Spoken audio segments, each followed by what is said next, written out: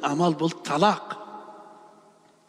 Мына осы мәселеге өте көп қатты тоқтайық. Айнықса баяғыда бұл адамдар мұсылмандардың үйленгеніне бір өзінің қызын мұсылман адамға, намазхан адамға беруге сондай бір арман қылатын, оранған қыздарды алуды арман қылатын да, сонда бір бақытты бір қолына кірткендей болып қалар еді. Бірақ қазір бармағын шайнап қойып жатыр. Бұндай намазхан балаға бергеннен гөрі алқашқа бергенім артық екен деп жіберіп жатыр. Неге? Бұндай ана хижаптағы қызды ағаннан көре ана көшедегі жарым жалаңашты ағаным артық екен деп жіберіп жатыр. Неге? Али ибн Аби Талиб разиаллаху анху не деді? Адамдарға өзінің санасына сай дінді түсіндіріңіздер. Сіздер Алланы пайғамбарын өтірікшіге шығармақсыздар ма деген. Қараң. Не бір жігіттер қыздарды, оранған қыздарды алып малын шығарып жіберді, астағфирулла. Не бір намаз оқитын қыздардың малын шығарып жіберді. Бүгін біреу талақ қойса, 3-4 күннен кейін біреу үйленіп алады. Ол 3-4 күн жүреді, оны талақ қылады. Bir қыз 9 рет байға тиіп шыққан ғой. Сонда біз кімбіз? Кімбіз? О ағайындар, біз кімбіз? Сонда ана қыз кім? Пайғамбар саллаллаху алейхи вассалам қыз, бұл аналарың, әпкелерің, қарындастарың, сендер қыздарың демеді ме бізге? Қараң. Жәннат пайғамбарлардың аяғын астында да дейілген емес қой. Бірақ аналардың аяғын астында деді ғой. Сондай аналарымызда соншалық қорқылуға не себеп? Не себеп? Біз ана көшедегі надан адамдардан не айырмамыз қалды? Не айырмамыз қалды? Айтыңыз. Олармен неден? Төлғана 4 сақалымыз бенен бе? Немен ажырап тұрмыз олармен? Әкешен бір тиын қалмаймыз. Ағайын туған туысқанмен араласпаймыз. Қатынды аламыз, қаласақ талақ қоямыз, қаласақ әдеш бере саламыз. Ол ислам емес қой. Ол қандай ислам?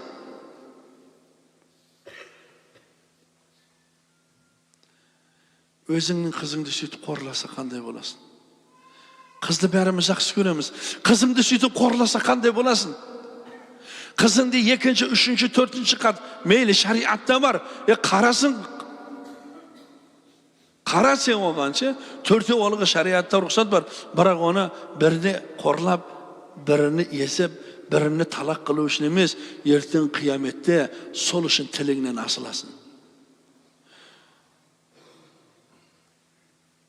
Шариатта талақ бар. Шариатта талақты, мұны иншалла ұстаздардан естіген шығарсыздар. Ұстаздар айтқан, және айтып кетсең сияны жоқ. Талақ берілген, яғни өмір жолдасыңызбен әйелмен өмір сүрген екен әртүрлі жағдай болады. Кейбір қыздардың ата-анасының тәлім тәрбиесі нашар болады. Қазақ бекерге айтпаған. Шеше көрген том пішер. Әке көрген оқ жарарда. Әйтеуір көшеде іңгілдетіп, о аяғы ұзын екен деп үйге алып қашып келіп тұрып, оны некелей салып емес те ол. Енді сөйтіп көшеден алып, бешерден тойдан алып қашып келдіңде, үйлендің, 3-4 балаң болып қалды. Қарасаң исламды түсініп жатсың, оған айтсаң кірмей жатыр. Конечно, оған кірмейді. Оның құлқымы, ішкен, жегені, киген бәрі харам болғанда оны. Енді ол намаз оқи алмай жатыр. Орамал тартысың, тартпайын дейді. Оған бірақ шашыңды лысый аптаста деген аптаста қорғасы. Бірақ орамал тартпайды. Қанша мұсылман жігіттердің қиналып атқандығын да білеміз. Сол әйел себепті ер кісінің абыройы жермен жексен болып атқандығын да білеміз. Сол кезде әйелмен жақсылап мәміле қылып, айтып түсіндір. Бе айналайын, сені мен бәрібір өмірімнің егеуі қыла алмаймын. Аллах бізді еркек қылып жаратқан. Бұл талақ деген нәрсе бар нәрсе да. Бірақ осыны түсінейік. Айналайын, 3 талақ деген нәрсе бар. Саған бай табылады, маған қатын табылады. Бірақ мына балаға әзиз ата-ана табылмайды. Бұның көзінің жасын сорғалатпайық. Мынаны тірім жетік қылмайық, тірі жетім қылмайық. Ақылға келген айналайын деп айтады, шақырады. 6 ай. Болмады ма? Sen talaqsın, sen bir talaqsın deydi. Sen bir talaqsın deydi. Бірақ ол hayizden тазарғаннан кейін. Hayizden тазарғаннан кейін sen bir talaqsın deydi. Содан кейін бұл некесіз енді қосыла береді. Bir talaqtan кейін некесіз қосыла береді. Айналайын, есің жисайшы. Мен намаз оқимын. Орамалың тартсайшы айналайын. Омырауың жапсайшы. Білім оқысайшы, намаз оқысайшы. Мына балдарға дини тәлім берсейші. Айтасыз, мен егер екінші рет талақ қоятын болсам, сенмен некемен ғана қосыла аламын, некесіз қосыла алмаймын. Көзіңді ашқын, ойланғын. Егер өзің білмедің болсаң, молдаңа келіп, молдаға жақсылап, талақ бабын түсініп алу керек. Ана тәрбиесі нашар болған қыздар көнбейді. Содан hayızdan тазарған екен, тағын саған екінші талақ деп екінші талақ беріледі.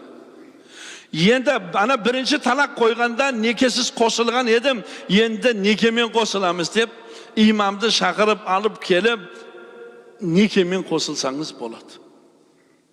Ал енді және айтып, мына 3 talaqtan кейін енді мен 2 talaqtan кейін сенімен ана молданы алып келіп қосылдым айналайын. Енді бұдан кейін екеумізді молда емес пайғамбарда қоса алмайды, пайғамбарда. 3 talaq болынғаннан кейін енді қосыла алмаймыз. Айналайын, көзіңді аш деп. Енді не бір милау қатындар болады ол. Сөзге түсінбейтіндер болады. Енді оған 3 talaq бересің. Hayızdan кейін. Енді біздің не бір анау жігіт сымақтар бар ау, іштаны жыртылып кетейін дейді мақтанған уақытында. Талақ деп қойып олады да, жайлап молдаларға звондайды. Мен білмеген едім.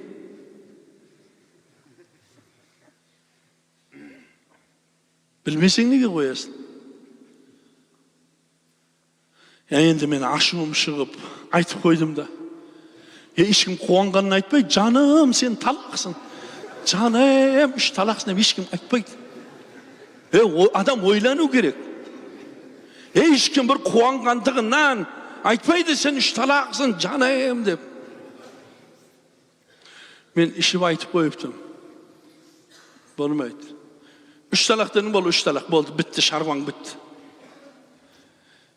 Не бір адамдардан сатып алып тұр, неке оқытып атқандар бар ма? Қосылса зina болады, туылған бала харам болады. Валады zina болады о бала. Талақ қоятын еркексің бе, қойғында бірі түпірген қайтып алма. Түпірдің бе, бірінші түпірме, түпірген екен алма. Қарың? Бірақ оны бір талақ қылып, анаған тастап, екі мана жоқ, ертең қияметте бұған адам қатты жауап береді, ағайындар. Талақ мәселесімен ойнап болмайды. Шариатта бір әйел алуға рұқсат бар, 2 әйел алуға рұқсат бар, 3 әйел алуға, 4 әйел алуға рұқсат бар. Бағалатын болса, жан жақтама оған. Ол жалғыз ала ақша рөл ойнамайды, баға оғаны. Оның мысалы түнгі ақысы бар. Түнгі ақысын өте алса, түнгі ақысын өте алмайды болсаң, не керек бар оны саған? Қарың, ақысына қиянат қылмау керек оны. Енді осындай ақысына қарай алмаса, ондай адамға бір қатын алуға да мүмкін емес. Кейбір адамдар бар, еркек сымақтар бар, қатынды жұмысқа жіберіп қойып, үйінде бесіктер өтіп отыратындар. Енді біздің қатын істейді. Жоқ. Ондай адамға бір қатын алуға рұқсат жоқ өзі. Абдуллах ибн Мубарактың әкесі Мубарактан сұрайды, бір қазы. Қараң, менің жалғыз қызым бар. Осы жалғыз қызымды кімге берейін деп сұраған уақытында христиандар түбі бар, текті адамға береді дейді. Қараң. Түбі бар, текті. Текті дегенде затында ақындар, ғалымдар, батырлар бар екен. Қараң. Еврейлерде қолында өнері бар адамға берер екен. Қараң. Қолында өнері бар болғаннан кейін не қылады? Ол неш қатынаса да бағатта ол. Ана қатының пенсиясына немесе айлығына қарап бесік тербетіп жатпайды да ол. Мұмын мұсылмандарда тақуалы адамға береді деген. Қараң. Енді бұл тақуа деп тұрып, азынан кешке мешітте аузына misvak savalep şötkelep jata bereden adam da aytmaydı o. Uyda katım var, bala şağa var, onu bağu gerek, kiyindiriu gerek. Ha? Ha, Kuday beretti endi dep. Hareket kılsın beret Kuday. Müslüman adam әрі бейнеткеш, әрі текті. Біздің қазақ не дейді?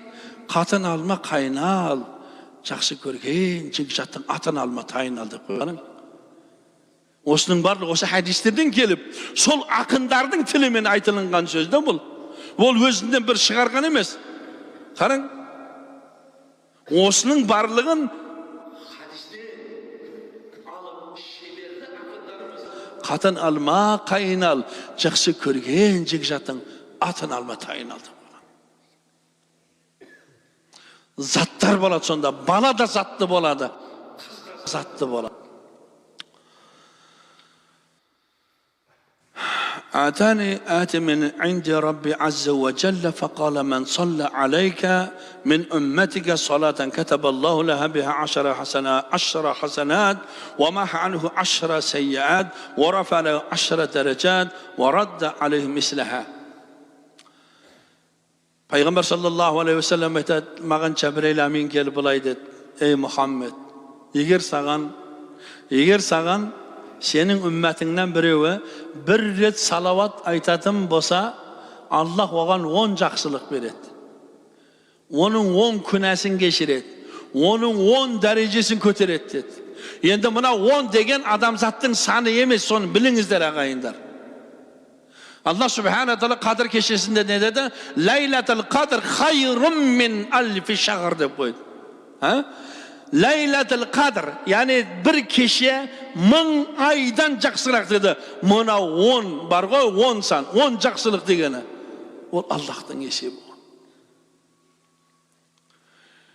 Sonda salavat aytkan vaxtda yürekpen, mahamatpenen Allah'ım kıyamet geçen urpağımdan galımdardı, qarilardı, sahiy jomar baylardı çıkargın dep dua kılsa dua kabul болады da. Qarang. Mana siz bilen bizning o'sherlikka kelib o'tiruvimizning bari teginden tegin emas. Nega ana baydın, nemesem akimning balasi kelmey жатыр? Nega onun balasi anau beşirden, kazinodan çıkmay жатыр? Belkim siz bilen bizning ata babamızning bireyinin duasının kabul boluş şarafatından siz bilen biz kelip oturumuz da.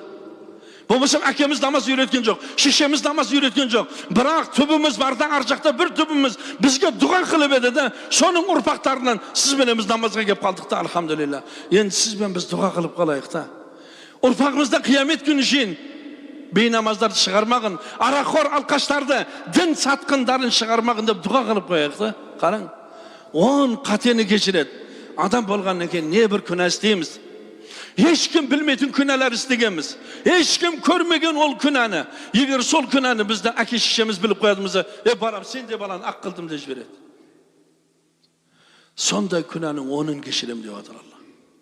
Allah onun derecesini köterip koyad. Qarang. 10. Qarang. Allah onun derecesini köterip koyad. Osu derece emes mi siz ben bizge? Uluq derece emes mi? Ne bir baylarga nasip etmegen mına ülken bir baxt. Qarаңыз.